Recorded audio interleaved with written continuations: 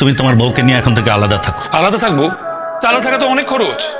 আমার যা বলার আমি বলে দিয়েছি। কি হয়েছে? কি হয়েছে জানো না?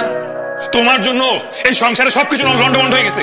তোমার কারণে আমার বাচ্চা নষ্ট হয়ে গেছে, তোমার কারণে আমার ভাই বোনের বিয়ে ভেঙে গেছে, সবকিছু নষ্ট করাচ্ছ তুমি। তুমি বাসা থেকে বেরো যাবা সুদা। আমি কোথায় যাব? তুমি চলে যাবে, বাসা থাকবে না তুমি। আবির প্লিজ, আবির,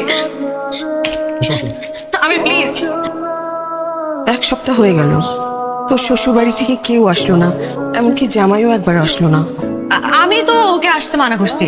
আমি ওকে বলে দিছি খবরদার এদিকে আসবা না। আমি আমার বাবা মার সাথে হ্যাংআউট পিরিয়ড আছি, হ্যাংআউট পিরিয়ড শেষ হোক তারপরে আসবো।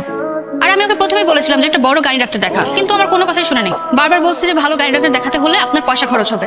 ও কোনোভাবে আপনার পয়সা খরচ করতে চায়। আসলে এতে ওর কোনো দোষ নাই। আপনি ওর উপর রাগ না করে ওকে বাড়িতে নিয়ে যান। ভাই কি হয়েছে? ভাই এখন বেজাল ডেট ওভার ওষুধ বিক্রি করতে, তো এই জন্য পুলিশ রেড দিছে।